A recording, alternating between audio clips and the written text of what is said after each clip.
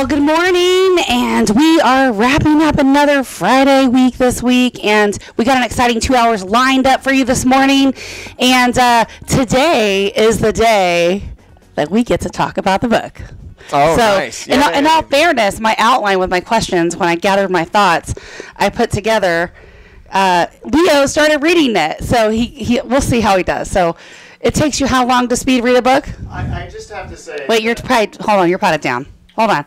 All right, let's try that again. I just have to say that if you're going to write a book and then you're going to skim through your own book to write down the most difficult questions from your books, and you need to write down the answers next to those questions. It wasn't difficult, and it's early, and I had 4 hours sleep. So you wrote the book, Yeah. you wrote questions out of the book, and then put answers next to the questions. Because I wanted to try to find questions because I get the general premise of the book. No. I think you're going to get that when you speed read it. I'm just saying, though, if you wrote the book, you don't need to put answers next to your own questions about the book unless you're picking out such minuscule data that you don't yourself know the answer. No, to that's not true. My question: You're an author yourself, Yes. Leo. Do you have your books memorized?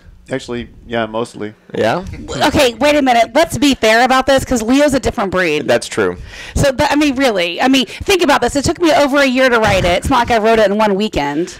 It's a lot of information. It's a lot of data. I don't have it memorized word for word. Unless it has pictures, it's going to take me over a year to read it. What So. was Katrina's first job? You think she would remember No, I knew that, but I thought just... you worked at McDonald's, right? No, I did it in case Adam was jumping in and helping with the questions, too. Chick-fil-A. Yeah, because he already read the outline. How much of the outline did you read? Okay, so, the whole Hey, thing. I knew it was fast food. So here's the thing, though. We talk about the market data every Friday at 8 a.m. I know we got sideways. Usually I get the little bar chart, and I get my spreadsheet. I see the bar chart. I don't see a spreadsheet. So why would I think... She'll get that in about 10 seconds So and why look would up. I think the two pieces of paper placed right in front of me was anything other than the bar chart and the spreadsheet? Okay, now you're trying to be reasonable, and you sound fair enough.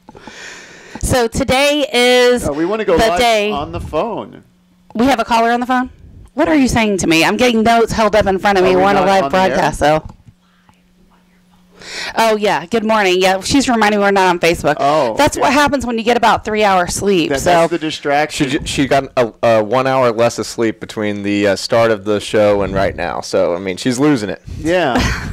I only got 4 hours of sleep. That's All how right. much I average. So before we jump into the numbers, because, listen, wait, it's live my book is live on Amazon now as of Monday. Oh, wow. Were So you a bestseller for like 20 seconds? Shut That's up, how it normally Leo. works. Everyone becomes a bestseller for like 20 to 30 I know I'm number one in real estate class. Awesome. She's the #1 bestseller.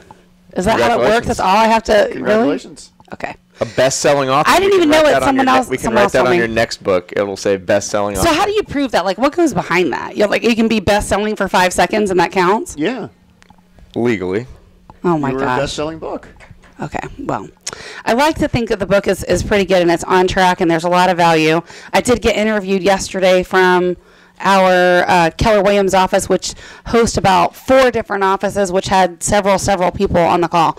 So you that should was call yourself a best-selling or author. Zoom. Okay, fine. I will. I will. But we're going to dive into that hour number 2. But it's I'm Amazon official, y'all.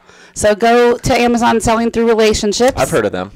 Yeah, have you now? Amazon? Well, why cold calling sucks and relationships win. So Can I it's get your book available. through Prime? Yeah. I can have it. I can order it today, and it can be at my door before I get home from work. Oh, I don't know about that because I do print on demand. You know that. You're being funny. I'm not being funny. Yeah, That's you how are. Prime works. That's not on Prime. It's No, not- Prime can is you not- 2-day shipping. No. The 2-day shipping maybe a decade ago. Oh, Prime on demand or whatever that no, thing it's is. just called Prime. Adam, you know what I'm talking Yeah, I about. know what he's talking about. You order something by mistake. By the time you cancel it, an hour later, it's at your door. It comes from Ruskin. That's where their warehouse facility is. I know that, but okay, you got like this right. Got to have it right now. Like that's a little different generation than I grew up in. I'm just saying it is. So hour number 2, we're gonna have Leo speed read the book, and then we're going to ask you some questions from it, which he already read some of the answers in the outline. But the numbers are similar from last week. They're not almost exact. identical. No way. Well, I don't have my spreadsheet. Oh, so you think they're identical? You're being funny. So they're almost identical. New listings about 966. Last week it was 976. Do you remember that number exactly? Because I don't even remember that. I was listening to the show. I remember. Exactly. You remember the exact number. Yeah, 966. That stuff does not stick in my head. There's no reason for it to. Pending is 1767. We were just around 1752 last week. Around. And then Sold. And sold. We are a little down. higher. Isn't it down? It's up. 1067. All right, Mamie. Where's the spreadsheet from last week? We'll have to talk about that. So again, I sit here every week and I wonder, where's this inventory? Because we're putting 1,000 replacement properties on the market for 1,100 disappearing. And we've been at that now for a year. And when we started COVID, we were around 2.2 months of inventory. And now we've just been steadily decreasing our inventory. What are we? Are we below 1 month of inventory? I think we are. I'm going to have to look at it and calculate it, but I think we are. One of the things that I saw in Florida Realtors, in that back data we talk about that's about 6 weeks behind, actually showed that it was a 1.3 month absorption rate. So I think we are under a 1 month supply of homes. I really do. So basically, what an absorption rate is, or an inventory rate is, if no new houses entered the market, how many months or weeks, usually it's months, would it take to... But we're not, you got to look at that on a little bit broader spectrum and at least on a 1 month time frame. We're literally looking at this data week by week. Yeah, and then basically the inventory now is so low that you have to call it by week because it's 1.3 months. Right. That is going to be... That's what it was. That's why I'm saying I know it's better now. It's definitely better now. Inventory. We're almost on the next page there, Leo. Yeah, It's been nearly a year we're tracking that data. So what kind of difficulties are your buyers having nowadays? The challenge is, and here's the thing, I had this listing that went live, and we had 4 cash offers, all cash. They were all like investor hedge funds-ish. Mm-hmm. So like the poor buyers, they don't have a chance because these guys are getting inspections within 10 days or less. There's no appraisal contingency. It's cash, so there's no financing contingency. And they're closing quick. The appraisal now here's where it becomes difficult because with the appraisals, they're there to protect you and the bank. Because the appraiser comes they're not there to protect you. They're only there to protect the bank. But they sometimes come and end up protecting you. They could. Inadvertently. It's like they come up with a big riot shield and stand in front of the bank, and if you're next to the bank, you're also protected. Right.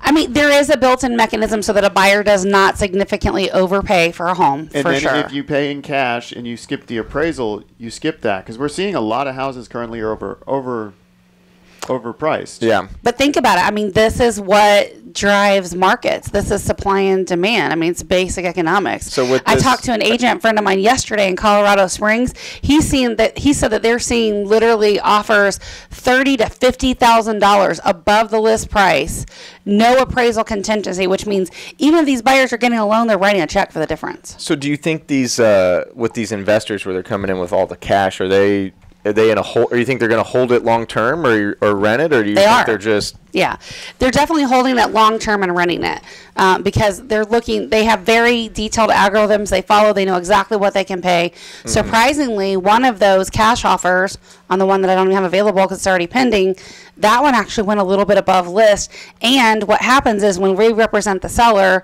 we tell them, look, we're in a multiple offer situation. We need your highest and best offer by this day. And so most of the time, those cash offers stay where they are because they've already run the algorithm and that's the offer. However, I had one that actually went up about $4,000 and it went above list. So if you have a buyer, you tell, if you know their range of their budget roughly with their pre-approval, are you trying to steer them towards houses that are below their max, that way they can offer more? No, it's not even like that because the inventory is so limited that literally you can get. You take what you can get. When we do a search, so for example, I don't know if you come to me and you go, I want a 3-bedroom, 2-bath in this little area under $300,000. I may pull that search and say, you're in Plant City. I got 4 properties, Adam. So are we budging on the price? Are we budging on the area? Can you deal with a 2-bedroom? Like we're loosening up those parameters to find inventory because there's nothing available really.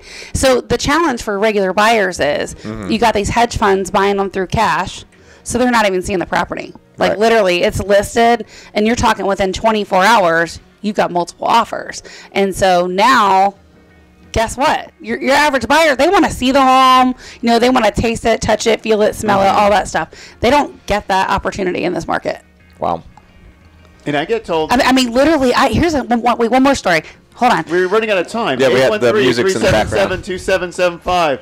That's 813-377-2775. Stop selling before it hits the market. If you think Leo was wrong for picking up when he was handed sheets of paper, text the word wrong. No, that's hour number 2. Okay, no. If you got a question on the market, 813-377-2775. We'll be back. Stick around.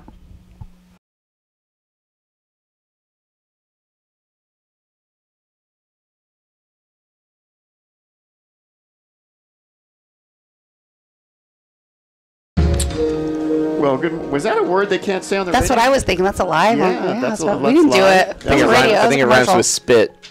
Anyway, this is Leo Kane with Beryl Engineering and Inspection with Adam Talley from Talley Insurance and Katrina Madewell from Keller Williams Realty. And we have our sidekick. We're going to introduce him, our guest for the hour. We have a couple guests for this hour and a couple more next hour. But yeah, he's going to disarm us.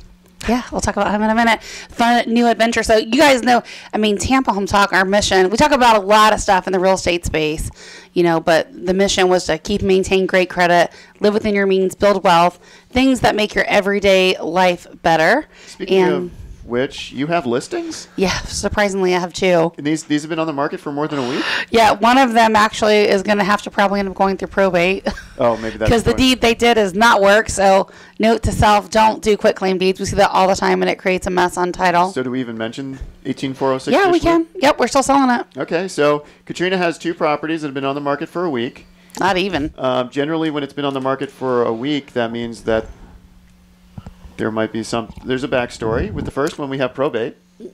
And this one's tenant occupied, and it's a 2-bedroom. And the second one, we have tenant occupied. So that explains it. This is why we have. How long is the lease left on the tenant occupied? They're month to month, so it's ready to go anytime. Okay, so 30344 Southwell Lane, Wesley Chapel. Is this a duplex?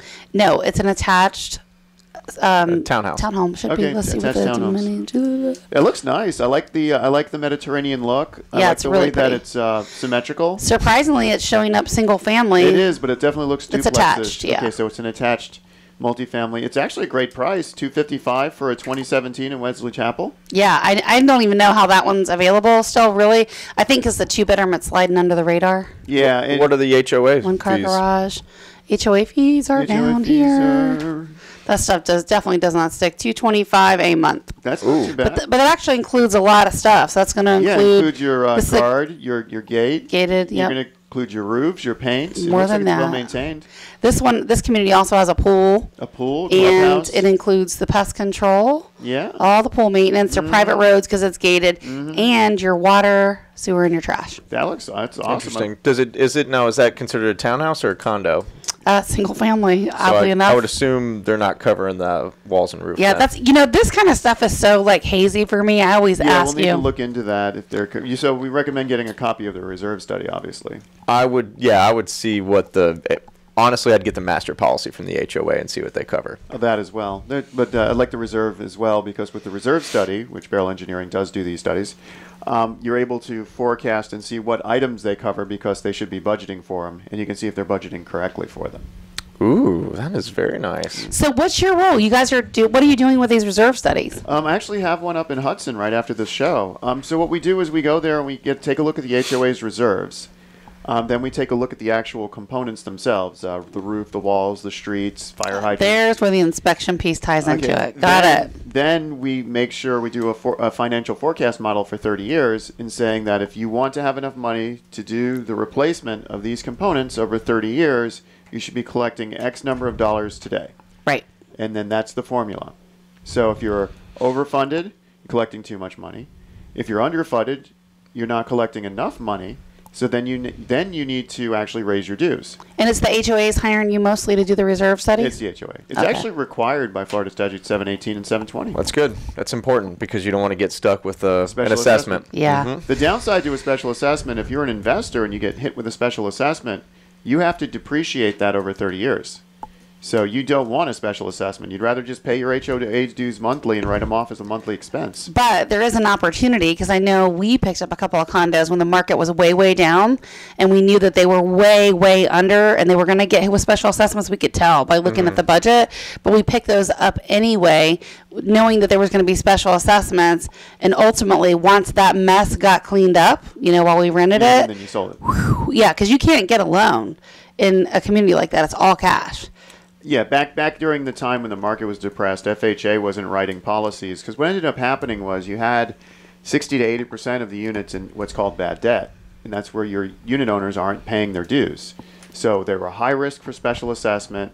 You get hit with a $10,000, $15,000 special assessment. If you're an older person on a fixed income, you can't afford that. So then you start falling behind in your payments. Then the HOA or your bank is going to foreclose on you, and that's what took us from 20 to 25% bad debt, where 20 to 25% of the unit owners weren't paying, up to 60 to 80, because once these special assessments started hitting, they just couldn't. We have to think FHA from underwriting perspective. They'll go to 50% debt ratio, sometimes 55%. So that person's barely qualifying for the house, if that's the case. So if you're tacking on a special assessment now, guess what? Yeah. That's probably going to be a defaulted loan. So with a new association like this one that's 3344 Southwell Lane, Wesley Chapel, for $255,000, you don't have to worry about that. It's a new association. All the components are new. The next thing that these people will have to do is in 6 years they'll have to paint the buildings. That's how long do you recommend? What's the standard on time frame for painting? The gold standard is 10 years, but you fall somewhere between 7 and 10. Okay. Does it depend on the paint? That's the gold standard, the higher level paint, the Benjamin Moore or the Sherman-Williams Superlux, or the things that are the higher tier of paint. The last 10 years, where you're. What about the Dyco paint that's made for Florida sun? It depends on. It all depends on the. Just like when we have the roofers in here and they talk about the different qualities of shingles. If all these manufacturers, their products have to fit within a certain band, so if they fit within a certain testing band, it becomes mid-grade paint. They fit between another testing band, it becomes high-end paint. So while certain paints might inherently be better than others, they're all selling mid-level products that perform the same. So I actually got some comments about the roof melts last week. I had some customers that either listened to the show live or they listened to the podcast, and they're like, the roofs are going to melt? Yeah. I'm like, that's what Leo says. That's legit. We've already seen it. Now we're going to start to see more of it. That's why you said 7 years is like your sweet spot if you're buying a property. Yeah, so a 7-year-old property. 5 to 7 years is the house that I want. Because all the defects are showing up. All the defects are showing up. I know I have an expensive painting coming, but that expensive paint comes because the paint's old, so I can see all the settlement cracks. I can see it all. I mean, 5 to 7 years is beautiful. So this property here is 4. So it's almost there. Right near the sweet spot. This 18406 Fish Loop in Land O'Lakes, which is a 2011 build, is in the sweet spot. I mean, 5 to 7 years. This is at 9. Or 8. We're in January. We'll say 8. So this is in my sweet spot. And you can still get insurance with everybody at that point. Yeah. That one I think is a good buy, too, because of where it's at. It's on that 41 corridor between 54 and 52. And it's a 4 bedrooms, 2.5 baths. That area's on fire. Yeah, I mean, this is a great-looking house. I do like the way it's designed. It's designed as a boring box. It's designed as a boring box that has a roof overhang over the front door. So boring boxes are important because that means less roof leaks. Looks like a hip roof. Yeah. From what I can see. He who lives in a 1920s bungalow. I was about to say your house is like 500 to 700 years old. Not by choice. Actually, there's a house on the street over from me that collapsed. And I actually got a call last night from one of our attorney friends who will remain unnamed about it, who's asking me about some potential cases to take on. How did it collapse? From what I can tell, and I'll show you guys a picture during the break, sometimes when the roofers are re-roofing, they put material on the house. They stack the material too high, and the roof collapses. Too much weight coming down. Are you serious? Oh, that is why you want. That's why when you hire a contractor, you want to make sure they're licensed and insured. What type of insurance? How much insurance should you be looking for? I mean, if the $1 million. My word. Yeah, so you can see the shingles stacked on the top. I'm looking forward to hopefully being the expert on this case, so I don't want to say where it's at. That looks wild. So I was actually driving by it the day it collapsed. That morning I drove by to work, And I looked over, and I'm like, they really shouldn't be stacking They materials. shouldn't be doing They that. shouldn't be doing None that. of my And that business. afternoon when I drove back, there was just a panic. The walls had bowed out. Oh, no. And there was this huge panic by the roofers on the ground figuring out what to do. How old was the house? It's a 100-year-old house. Yeah, It had a metal roof. It was a 100-year-old house with a metal roof, which metal is lighter than shingles. Mm-hmm. They then... and they were going to shingles? They went to shingles. Not only did they go to shingles, they went to Certainty shingles, which brag they're the heaviest shingles on the market. Okay, why would someone go from a metal roof to a shingle roof? Why? Less The Monets. symbol of money. But don't the metal roofs typically last, say, lifetime, right? Or Okay, so super duper 40 long to 50 time. years. So your metal roof is going to last 40 to 50 years. Some of these metal roofs in my neighborhood are 100 years old. My roof is 60 years old. So they'll last a long time. But if you're an investor and you're buying something like a quadplex or a duplex, and you know you're going to hold it for 5 to 10 years and then sell it, You want to put a shingle on. Yeah. you want to put shingle on it. Yeah. So this was just crazy. So yeah, I got the call last night about this house, and I was so excited because I knew exactly where it was. I pass it every time with my dog. You're like, walks. oh, yeah, I'm familiar. I'm familiar. So I'm excited about this one. It's terrible, but it just goes to show you got to make sure your contractors know the properties. They have to know what they're getting involved in. And if you're dealing with older historic homes, go with contractors that have been around. Absolutely. And no older There's historic way too many rules on those to not follow that one, Mm-hmm. for sure. All right, this is Tampa Home Talk. We've had a fun top of the hour with real estate stuff. Market's still way down. I know we're under 1 month supply. 813-377-2775. We have a professor coming up. 813-377-2775. We'll hook you up with one of these two If you've homes. ever thought about selling, now's the time to put your house on the And market. if you want to buy one of two great homes in the sweet spot of when you want to buy a home, you got a townhome to choose from and a beautiful Ford 2.5. All right, stick around. We will be back with Mr. Josh Souder. He is with Olympus Jiu-Jitsu, and we're going to talk about how that can make your everyday life better. Back in a moment.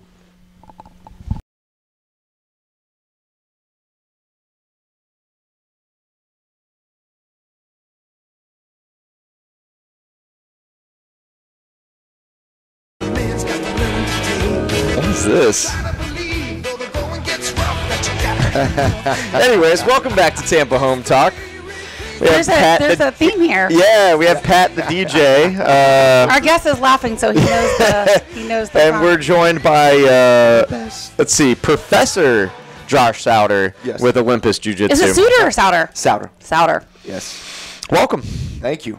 I'm happy to be here. So let's talk about jiu-jitsu, because what the heck is that, right? I think most people realize it's some form of martial arts, right? Okay. Yep. So this is where it gets confusing. So a lot of people, when you think martial arts, instantly, especially our generation, what we think is karate. You know. Yeah. Cha, The Karate Kid. Wax on, wax and off. chopping and kicking and flipping and all that stuff. But jiu-jitsu is 100% grappling. So it's almost a complete opposite. It's anti-striking of striking. Okay, so it's more, you know, your grappling arts as wrestling, judo. Yeah, I won't and even all tell that you about, stuff. like, that's why I'm smiling, like the jokes with my husband and Mimi's husband on the mat yesterday. It was pretty fun. Yeah. So jiu-jitsu is, in my opinion, in my professional opinion, There you and- go. You're a professor. So yes, you're and I'll get to why we say that. Yeah, Because I'll jump to that real quick. Why they say professor in jiu-jitsu, because the hours that it takes to achieve a black belt as an adult. There's no black belts allowed to be under the age of 19 years old. The hours that you have to log and put in, you can finish medical school. It took me almost 17 years to get my black belt. Wow. Now I started in that era. In the early 2000s, before there was all kinds, like you had access, especially from the Midwest, to black belts close to you, learning from a black belt. Like you had to travel 4 hours to find a real Brazilian Jiu-Jitsu black belt. So it takes a long time. Now you're looking at about, if you're committed and you're showing up, you're looking about Committed and showing up, like, to how class. often? You know, Like, at least I like to say, you know, 3 to 4 times a week. You know, putting in the hours, you're looking at about 8 to 10 years to achieve your black belts. Wow. Still to this day. So it's what I always say about jiu-jitsu. The mats don't lie. You can't. This is one martial art that you cannot fake. I can't stand up there and say, okay, all this stuff, and never be able to do it so I myself. can't just put the black belt on and go, ta-da! No. This is one that you cannot do that at, which it's special, you know. But what jiu-jitsu is, it's a self-defense art. It came from the samurais from Japan. When the samurai sword broke, it was their hand-to-hand combat. And then a samurai, to make the history quick, samurai went to Brazil, became friends with some Irish immigrants, the Gracie family, and it developed Brazilian Jiu-Jitsu from there because he taught the older son his family's Jiu-Jitsu from Japan. I would watch that miniseries on Netflix. It's actually really cool, man. It's a really cool So it is history. a series. No, I just made that up, but it sounds like the plot of one I would love to watch. Yes, it would be an amazing series. It would definitely destroy Cobra Kai. It would knock that off the top 10. So I'd love to talk about like some of the benefits of jiu-jitsu, right? Because we are predominantly a real estate radio talk show, but again, the purpose of our show is things that also make your everyday life better. And I believe that this form of martial arts falls into that space. Yes, absolutely. Jiu-jitsu, I've been teaching for a long time, and I've taught thousands, a lot of people. And now from kids to adults, from 3-year-olds to 50-year-olds. And regardless if your life is good, jiu-jitsu can make it better. If you have self-esteem issues, jiu-jitsu can help you with that, from kids to adults. What it does is that it teaches you to be comfortable in uncomfortable situations. So therefore, you get more confident in job interviews. You're not as stressed out when you're in traffic driving. Little things do not bother you. So and plus when you leave, you have a great workout, you release endorphins, you drive home happy. You're like, man, I feel amazing. I can't wait till tomorrow. I've heard that happens on the opposite end of the spectrum too, right? Like with younger kids that have anger issues or are having behavioral problems. It helps with that sort of stuff. Yes, it does. I've seen it a million times. The kids come in and the parents come after a couple months are like, Professor Josh, thank you so much. He went from D's and F's to A's and B's. He's helping out around the house. He's wanting to do better. Why is that, do you think? Like, what's the switch? Like I said, it changes you because you're grappling, and it teaches you to be comfortable in uncomfortable situations, so you get more confident in yourself. So even in your subconscious, as kids, they don't realize it, but it's making them more confident in them, okay? And also, one thing that I do and my instructors is that I don't just teach, I don't just lead, I try to inspire. So when I'm up there, I'm inspiring these kids. Those 2 hours of me teaching the kids class, I put everything I saw him into it. Even when he was done with the class, he had kids like walking up behind him and grabbing him, and you can tell they really like him. I imagine it has to be pretty humbling as well, right? If you're a kid and you think you're a bully and you're not a bully in there, right? Oh, absolutely not. And go ahead. I have a question. How common are injuries when you're learning all of this? Well, that's a good question. But here, safety is my first concern. Because if injuries were so common, I wouldn't be in business. Okay, so first week, I'm not going back there. But it is a good question because, and that's how come it's very important that you go to a real jiu-jitsu academy, because jiu-jitsu is getting very, very, very popular now. It's like how do you know if you're going to a real one? Well, here's the thing. Everybody since the UFC changed the martial art world. Okay, we're going to say it changed the martial art world because it's like, oh my God, who's this 170-pound guy that's winning against 250-pound guys? This was that like the first? That was the first one. I listened to the 30 I don't watch TV, as you guys know. I watch football and I'll watch UFC. That's about all I watch on TV. So in the beginning days, it changed the whole game. It shook up the martial art world. So now everybody says that they do martial arts or jiu-jitsu in their program, and they really don't. They just sort of, because you have people in traditional martial arts, they make up their own martial art. They just add a do to it or whatever. And I'm not being disrespectful, but it is the case. We call it McDojos, so to say. You know what I mean? And I hate it because it's dangerous, because they're not proficient in the art. They're given false sense of security, and you don't understand. When I watch kids grapple or adults grapple, and I'm going back to about the injuries, I know where they're leading to. I can watch a grapple and stop it before something even happens because I understand jiu-jitsu inside and out.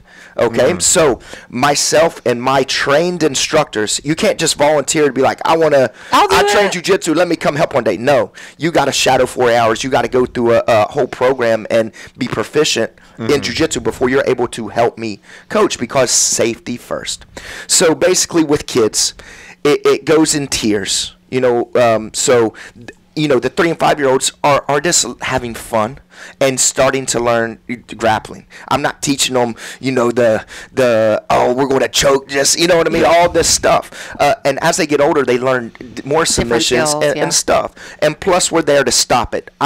In the kids class, I don't wait for the child to tap out, meaning that they're caught in a submission lock and they wait till it hurts and tap out. If I see the arm extended, we stop the match and restart.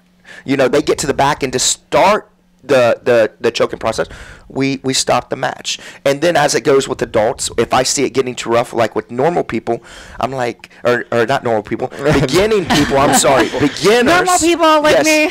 Beginners, it's very controlled. I teach you how to spar. So you don't even do full sparring, which is the grappling aspect of it. You do specific training in a certain position for so many months with different positions till you learn the concept of grappling before you're able to just go full go, if that makes sense. Let me ask you a question for this, Josh, because I heard you say something about self-defense in there. And, as realtors, a lot of us conceal carry, right, or we're concerned about the safety aspect. Like, for me, especially at the point in my career, I'm not just showing up at an empty property with somebody that I don't know who they are. But there's a lot of new agents that may do that or find themselves in that position. What would you teach somebody, say, like me, that has no interest in competition? I'm not saying I'm going to join. I'm just telling you. I'm giving you an example. I have no interest in joining and or like competitions, right? You guys do a lot of competitions. It's really more for a self-defense aspect. Yeah, no, that's originally what it's for. So I'm glad you're asking this question. So I actually did a self-defense seminar for realtors a couple years ago. I was teaching a child that the mother was a real estate and said, hey, would you come do a self-defense seminar? So first off, what you got to do is situational awareness. That's the number one thing you teach, okay?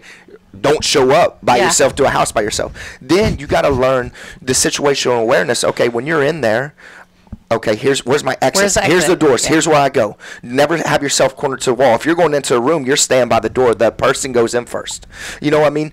And then, obviously, you got to learn, what if somebody grabs your wrist? Yeah. Because if I grab your wrist right now and I'm a grown man, okay, and you're not That's strong, what I'm saying. Like, how does somebody like me go up against somebody like you? Take the class. Like, you grab my arm. Yes. You're teaching how to get out of that. Yes. And that's very basic self-defense of jiu-jitsu, but we go over that, the self-defense aspect. But to be, in all honesty, I'm not going to lie to you, 1 hour class isn't going to help that much. If you really want to go, you gotta show up. That's the only way to learn.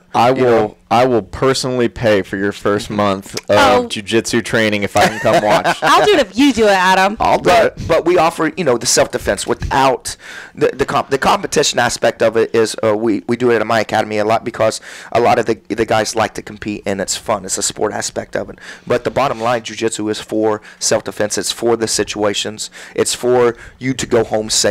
You know what I'm saying? So that's what it's for. We do offer that. And there isn't really more realistic because, to be honest, if you try to outstrike a stronger person, he's just going to grab you, throw you on the ground. What happens when, you have a guy that's 250 pounds on top of you smashing your head off the ground? Yeah, what happens? Jiu-jitsu is the only martial art that has a real answer that works for that, period. Okay, that's fair enough. Yes.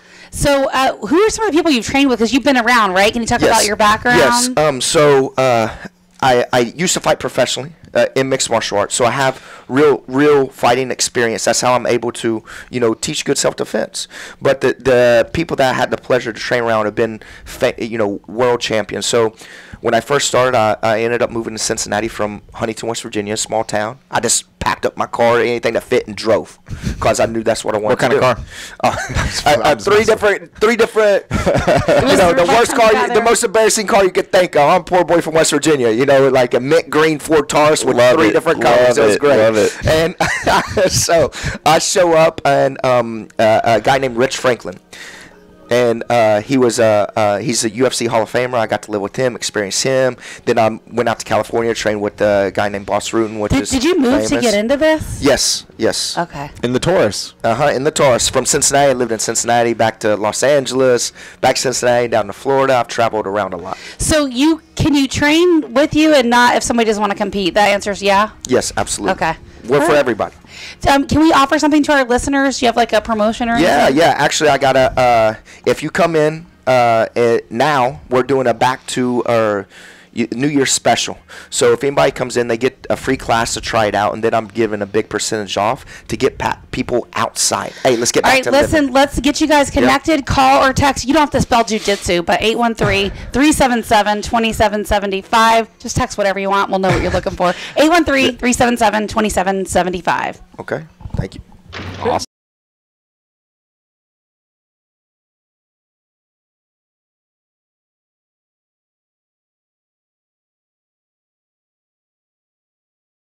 Well, good morning. Welcome back. This is Leo Kane with Beryl Engineering and Inspection. Adam's got 2 exciting new guests for us. Why, thank you for that. We have Carson and Jacob with Litrodello. Litrodello, right? Litrodello Staples. Not Staples, but Staples. Yes, go get all your office supplies. Like, giddy up. Horse facts. Your horse. So you guys have no stranger for Tampa Home Talk. You guys have been on before. What was that, Pat? Was he talking to us or on the air? Off mic. I'm just talking to you guys, not on the air. I know, but it's hard to tell what's what. Doing great. So let's talk a little bit about you guys. So what is the stables? You guys have some new stuff you guys are offering now, yeah? Yes, we do. We actually have a spring break camp coming up, and then we're also running a homeschool group and an after-school program. Ooh. You're running a homeschool group. Yes. Talk about that. How's that working? So it's Wednesday mornings. It's a 9 to noon program where you can come out. We do a private lesson some weeks, a trail ride. They always get a ride in, and then they learn how to groom and tack. We do some agriculture projects with our petting farm. We have a rescue petting farm, and some projects there as well, some health clinics with the horses. So lots of fun things for them. Now, we've had you guys on before, but what do you think really makes your stables unique? You know what? I really think it's our family atmosphere. We're all family run. My cousin's one of our instructors. My mom's one of our Tiny Tot instructors. Jacob and I run the farm together. And it's really just, having our Saturdays are the best, having the whole family out. Mr. Kevin's running around doing popcorn and all that good stuff. Yeah, the last time you guys were on the air, you literally had a horse with you on the air because we were on Zoom and they were at the stables. Yep, it's hard to get away. So I wasn't, when you guys came on the Zoom, I wasn't expecting to see your horse with you, and I was like, okay, hello. Well, I think the person before you had a backdrop when we ran out of the office because we were like, let's find something fun. So we grabbed King. So you guys do more than lessons there. So you guys are doing really a lot of different stuff. Mm-hmm. Yeah. So you're doing the homeschool aspect is pretty cool. I wouldn't have expected that. Yeah. But what else are you guys doing besides birthday parties and lessons and that sort of stuff? Yeah, so our camps are really big. Lessons, we do some trail rides on the weekends as well. But really we started pushing the after school program and the homeschool group when everything happened with COVID. We had a lot of kids at home from school and people just wanted to get out of the house, get their kids out of the house, even if they were doing online school or going to school, they were still stuck on the computer. So what can someone expect from that? Is it only writing or what else are they doing? We do a little bit of everything. We kind of expanded when everything happened with kids being stuck at home. We do a lot with the animals as well, a lot of agriculture projects just to kind of widen the horizon. You can kind of have the kids that love animals and then the kids that just love horses so that we can kind of combine both, get more interest involved. So what should some people look for when they're visiting barns? Because I know they're probably not all the same, right? There's some big differences. Yeah, there are a lot of differences. With ours, I think it's really just you have to decide what you're looking for. There are a lot of show barns. There are a lot of pleasure barns, and we try to really meet in the middle. We are getting ready to start competition riding. A lot of our riders train to compete. But a lot come just to ride for fun and just to have a good day and have a happy place. How many horses do you have?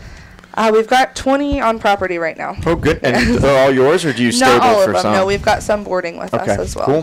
What's your size of your property there? We've got a little over 15 acres. Wow.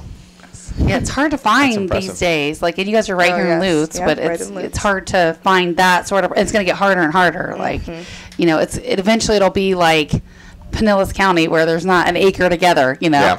I know, it's crazy. So you said you do a lot more of like the horseback riding lessons and people that are looking for more of like an introduction and like to get better at it? Yes, exactly. What does it cost for someone to do lessons? So our lessons are $45, but we do packages as well. So we've got a $160 package for the month if you want to ride once a week. And then we have a lot of leases that we offer as well. You can actually lease our horses. Gives you a little more of an experience with them. Wait a minute. How do you lease a horse? It's not like a car. So parents love this because they don't actually have to purchase the horse. They don't have to worry about the vet bills, the farrier bills. They just get to let their kids come in and feel like this horse is theirs for the certain amount of months that they lease the horse until their child's ready to move up to a different horse. And I have a lot of adults that lease horses as well. We have a ladies group that comes in, and they all have their own horse that they lease. It's not a burden on their home life, but they get to have their horse. Now, are they? Oh, sorry. I was gonna say, who covers the shoes for the wear and tear? Yeah, that goes on us. Well, I was gonna. So, if you lease the horse, is that exclusively your horse for that lease, or is it like a timeshare thing? So we have full and partial leases. So wow, I never even knew this was a thing. I'm like in awe right now. Well, do you want a jiu-jitsu package, or do you want me to lease you a horse? I want to see you do either. So. You can do jiu-jitsu from... No, you can't, because if you're being grappled on a horse, that's a problem. That is a big problem. Or a big horse. So you were talking about the 160 package. You said once a week. Is that an hour or? So they're 30-minute lessons. We do try to involve tacking and grooming before and after if we can. So it can be a little bit longer. So talk about that. What goes into tacking and grooming? And is that that's part of the lesson? Yeah, we try to make that part of the lesson. It's really important for the kids to understand that it's not just get there, get on your horse, and leave.